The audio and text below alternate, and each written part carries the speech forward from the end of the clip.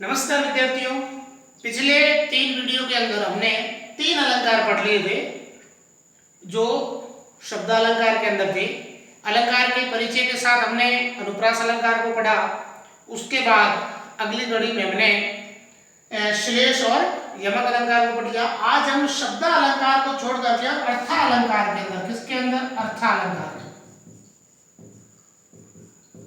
अर्थालंकार के अंदर पहला अलंकार उपमा अलंकार, इसका अध्ययन करेंगे। अब उपमा का मतलब क्या होता है? तो उपमा का मतलब होता है समानता या तुलना करना, यानी किसी को किसी के समान रखना। जैसे मोहन श्याम के जैसा है, तो यानी उसकी दोनों को समानता करना, आपस में क्या तुलना करना, दोनों को तोलना, उसके बराबर कीजिए, उसकी जैसा, यानी उपमा देना। तो इसकी जो परिभाषा है वो क्या हो जाएगी? परिभाषा हो जाएगी कि जब किसी एक वस्तु को दूसरी वस्तु के समान रखकर उसकी समानता उससे दिखाई जाती है। अब ये उससे का मतलब क्या है? यानी सामने जो है, यानी सामने जो अपन जिससे बात कर रहे हैं उससे उसकी क्या दिखाई जाती है? दो वस्तुओं के बीच में समानता दिखाई जाती है, तो उसे हम क्या कहेंगे? उपमा अलंकार कहेंगे। और इसके 4 अंग हैं। अब इन 4 अंगों को ध्यान से पढ़ना कि ये 4 अंग होते क्या है। तो इसके उपमा का ये 4 अंग है। पहला अंग होता है उपमेय। उपमेय का मतलब होता है जिसको उपमा दी जा रही है या जिसकी उपमा दी जा रही है। जैसे इसका मतलब क्या हो जाएगा? जिसकी उपमा दी जा रही है, जिसकी उपमा दी जा रही है, ठीक है। यानी जिस वस्तु को उपमा दी जा रही है, फिर जिससे उपमा दी जा रही है, जिससे उपमा दी जा रही है, ठीक है, तो वो हो जाएगा उपमा। तीसरा होता है साधारण धर्म। साधारण धर्म का मतलब होता है उन दोनों के बीच में, इन दोनों के बीच में, यानी कि ये इसको अपन प्रस्तुत भी बोलते हैं। क्या बोलते हैं? प्रस्तुत। और इसको बोलते हैं अप्रस्तुत।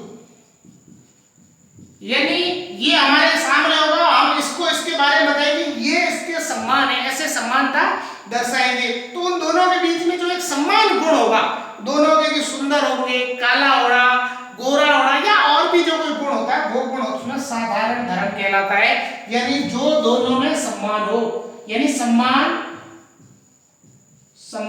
गुण। और वाचक शब्द का मतलब होता है दोनों को जोड़ने वाला, दोनों को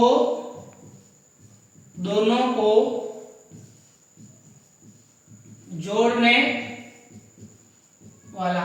तो उपमा अलंकार की परिभाषा, तो उपमा अलंकार कहते हैं जिसको है जब किसी एक वस्तु को दूसरी वस्तु के समान रखकर उनके बीच में दोनों में एक गुण के आधार पर तुलना की जाती है, तो वह उपमा अलंकार होता है। उपमा अलंकार के 4 अंग होते हैं। इसके 4 अंग हैं: उपमेय, उपमान, साधारण धर्म और वाचक शब्द। उपमेय जिसको हम उपमा दे रहे हैं, उपमान जिससे उपमा दे रहे हैं, साधारण धर्म दोनों के अंदर जो सम्मान है, और उसके बाद वाचक शब्द यानी जो दोनों को जोड़ता है। अब मैं आपको एक उदाहरण लेकर के समझा देता हूं।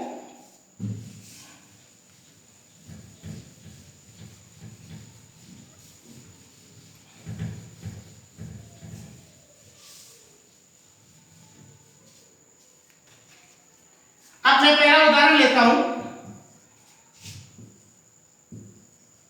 मुख कमल के समान सुंदर है। अब हमारे को उसमें 4 अंग थे। देखो 4 अंग कौन से, मैं पहले लिख देता हूं। उपमेय,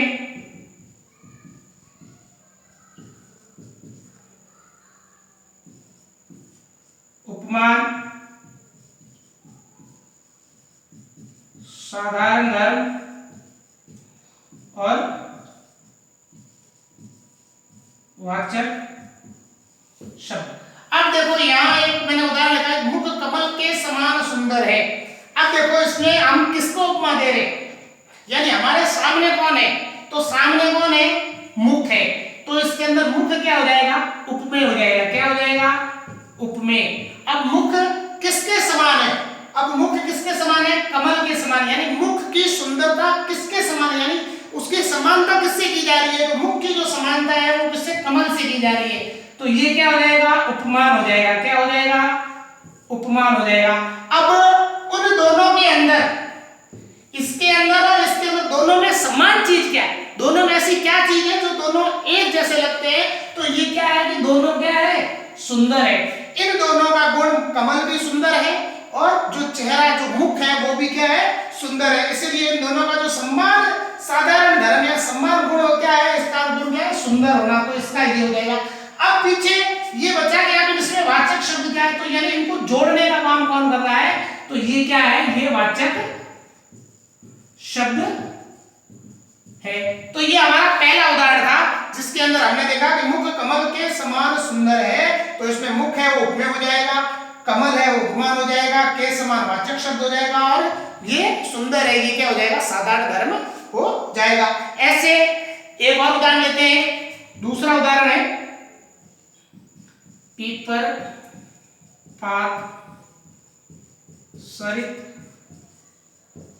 मुख डोला।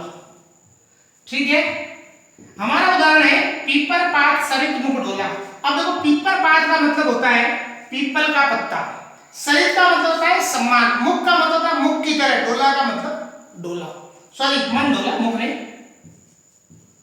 मन। ठीक है, तो पीपर पात सरित मन डोला, यानी यहां कवि क्या कह रहा है, कवि ये कह रहा है कि किसी व्यक्ति का जो मन है वो पीपल के पत्ते के समान, जैसे हवा आती है और पीपल का पत्ता उस हवा से कैसे लहराता है, उसी के समान उसका मन है वो भी क्या हो रहा है, लहरा रहा है। तो इसके अंदर जो पीपल पात यानी सामने क्या है, उपस्थित क्या है, उसका मन है, तो मन क्या हो जाएगा, पीपल पात सरित मन डोला, यानी पीपल के पत्ते की तरह मन डोला। तो मन क्या हो जाएगा, उपमेय हो जाएगा। क्या हो जाएगा, उपमेय। अब पीपल पात क्या हो गया, पीपल का पत्ता क्या हो जाएगा, उपमान हो जाएगा। क्या हो जाएगा, उपमान हो जाएगा। अब इसके अंदर ये एक शब्द आ गया है, दोनों में क्या भाव समान है, दो के समान, तो ये क्या हो जाएगा, सरित का मतलब होता है कि सम्मान हो रहा है या के सम्मान, तो ये हो जाएगा वाचक शब्द, और डोलना ये क्या हो जाएगा, साधारण धर्म हो जाएगा। क्या हो जाएगा, साधारण धर्म। इस प्रकार से पीपल पात सरित मन डोला, यानी पीपल के पत्ते की तरह मन भी डोला। इसका था मुख के समान, कमल के समान मुख भी है, वो क्या है, सुंदर है। अब और दूसरा उदाहरण मैं आपको बता देता हूं।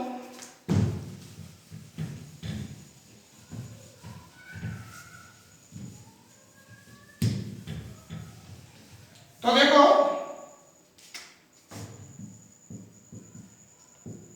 सीता का मुख चंद्र के समान सुंदर है।